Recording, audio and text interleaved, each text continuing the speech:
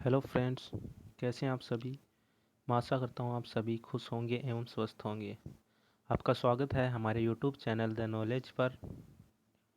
आज हम हिंदी के क्लास लेकर आए हैं, पार्ट सेकंड मान लो आप, वर्ण विचार का, हिंदी व्याकरण का। कल हमने थोड़ा बेसिक बताया था हिंदी के बारे में। तो वर्ण और वर्ण से बनते हैं शब्द, शब्द से वाक्य, और इन तीनों से मिलकर ही भाषा बनती है। तो आज हम ये दूसरी क्लास लेकर के आए हैं। चलिए स्टार्ट करते हैं। हिंदी व्याकरण का पहला टॉपिक है वर्ण विचार, वो हम शुरू करेंगे। तो देखिए, पहला प्रश्न,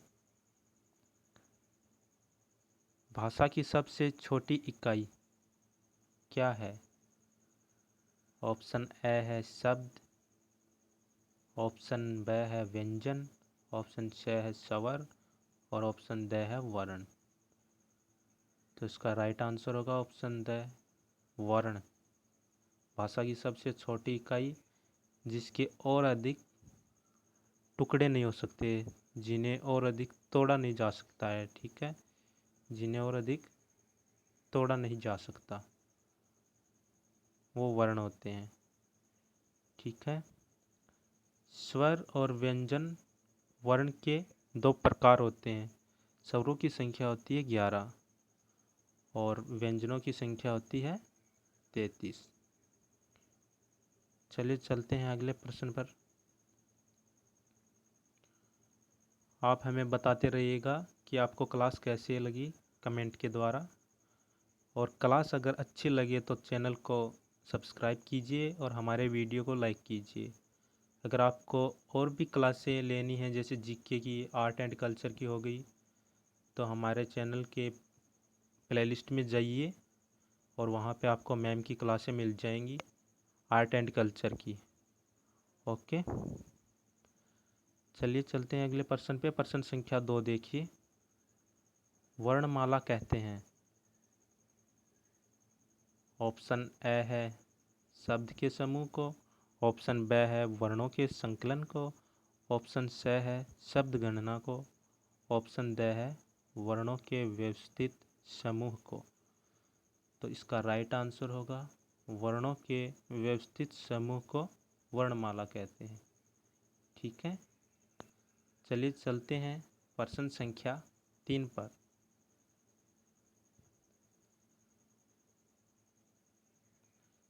हिंदी वर्णमाला में स्वरों की कुल संख्या कितनी है। तो अभी अभी हमने चर्चा की थी स्वरों की। ऑप्शन ए 10, ऑप्शन ब 11, ऑप्शन सी 12, ऑप्शन ड 13। तो इसका राइट आंसर होगा ऑप्शन नंबर ब 11। ठीक है, चलिए चलते हैं अगले प्रश्न पर। प्रश्न संख्या 4 देखिए, हिंदी वर्णमाला में व्यंजनों की संख्या कितनी होती है, ये हमें बताना है। ऑप्शन ए है 32, ऑप्शन ब है 34, ऑप्शन सी है 33, और ऑप्शन ड है 36। तो इसका राइट आंसर होगा ऑप्शन नंबर सी 33। ठीक है, तो हिंदी वर्णमाला में व्यंजनों की संख्या होती है 33। संयुक्त अक्षरों को छोड़ करके, संयुक्त व्यंजनों को छोड़ करके उनकी संख्या होती है 4। संयुक्त अक्षर जिन्हें बोलते हैं, अक्षय हो गया, त्रय हो गया, सॉरी त्रय हो गया, ज्ञ हो गया, और श्रय। ये 4 संयुक्ताक्षर होते हैं। चलिए चलते हैं प्रश्न संख्या 5 पे। भाषा निर्माण की इकाइयों का सही अनुक्रम है। ऑप्शन ए है शब्द, ध्वनि, वाक्य, पद। ऑप्शन बी है शब्द, वाक्य, ध्वनि, पद। और ऑप्शन सी है पद, वाक्य, ध्वनि, शब्द। ऑप्शन डी है ध्वनि, शब्द, पद और वाक्य। तो इसका राइट आंसर होगा ऑप्शन नंबर डी, ध्वनि, शब्द, पद और वाक्य। ठीक है, ध्वनि से वर्ण बनते हैं और वर्णों से फिर शब्द निर्माण होता है, इनसे ही वाक्य बनता है। ठीक है, चलिए चलते हैं प्रश्न संख्या 6 पे। अनुनासिक व्यंजन कौन से होते हैं? ऑप्शन ए है वर्ग के प्रथमाक्षर, ऑप्शन बी है वर्ग के तृतीयाक्षर, ऑप्शन सी है वर्ग के चतुर्थाक्षर और ऑप्शन डी है वर्ग के पंचमाक्षर। तो इसका राइट आंसर होगा ऑप्शन नंबर डी, वर्ग के पंचमाक्षर। हिंदी में 5 वर्ग होते हैं। क वाली लाइन, च की लाइन, ट की लाइन, ट की लाइन हो गई, त की लाइन और प वर्ग। जो ये लाइनें होती क, ख, ग, घ, अड़े वाली, अंगे वाली, सॉरी अड़े नहीं होता वो, तो इनको क, च, ट, त, प, इनको वर्ग बोलते हैं। ये हिंदी में 5 होते हैं। ओके, चलिए अगले प्रश्न पे चलते हैं। आप साथ में कमेंट करते रहिएगा कि आपके कितने प्रश्न सही हुए हैं। चलिए चलते हैं प्रश्न संख्या 7 पर।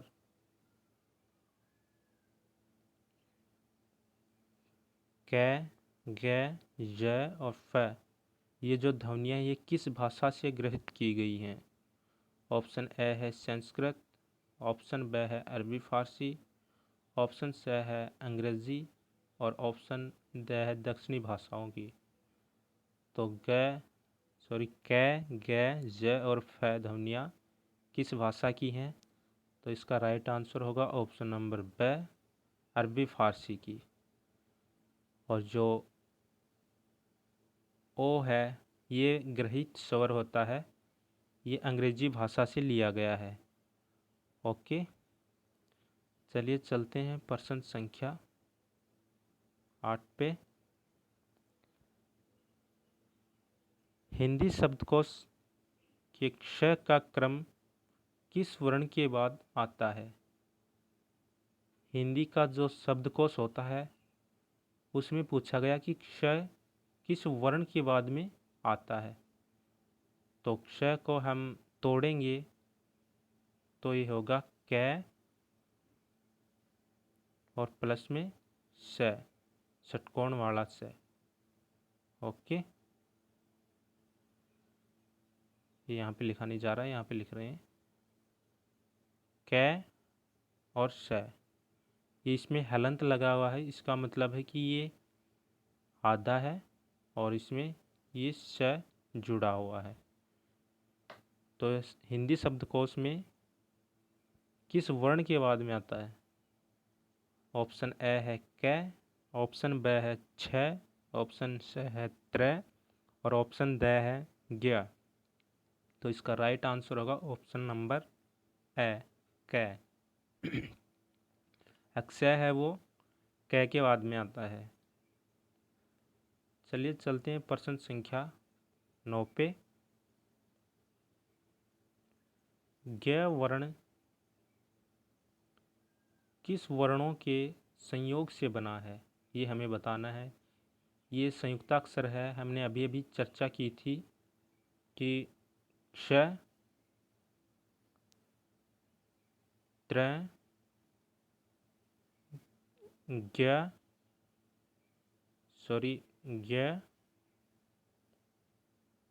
और श्र, ये 4 संयुक्ताक्षर होते हैं। तो हमें पूछा गया है कि ज्ञ वर्ण किस वर्णों के संयोग से बना है? ऑप्शन ए है ज प्लस य, ऑप्शन बी है ज प्लस य, ऑप्शन सी है ज प्लस ध, ऑप्शन ड है ज प्लस य। तो इसका राइट आंसर होगा ऑप्शन नंबर ब, ज प्लस य, हलंत वाला ज। ओके, चलिए चलते हैं प्रश्न संख्या 10 पे। श ध्वनि किसके अंतर्गत आती है? ऑप्शन ए है मूल स्वर, ऑप्शन बी है घोष वर्ण, ऑप्शन सी है संयुक्त वर्ण और ऑप्शन डी है तालव्य। तो इसका राइट आंसर होगा ऑप्शन नंबर सी, संयुक्त वर्ण। अभी अभी हमने इसकी चर्चा की थी संयुक्त अक्षरों की। तो क्ष ध्वनि संयुक्त वर्णों में आती है। ओके, तो अभी हमने वर्णों की चर्चा की है। ये दो प्रकार के होते हैं, स्वर और व्यंजन। ठीक है, स्वरों की संख्या होती है 11 और व्यंजनों की संख्या होती है 33, संयुक्ताक्षरों को छोड़ करके, और इनकी कुल संख्या होती है 44। ठीक है, कुल संख्या इनकी 44 होती है। तो बताइएगा हमारी क्लास आपको कैसी लगी। आगे हम एग्ज़ाम में आए हुए प्रश्न संख्या वो लेकर के आएंगे, जैसे REET, SI, first grade, second grade, इन सभी में आए हुए क्वेश्चन हम लेकर के आएंगे कल।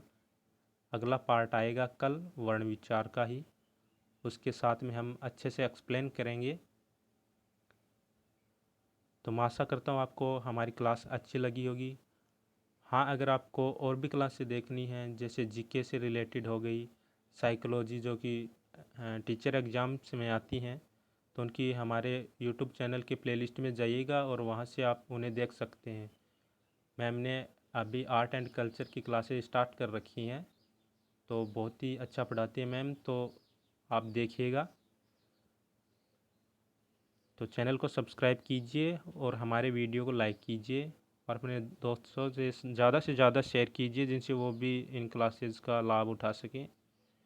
ओके, धन्यवाद, मिलते हैं अगली क्लास में।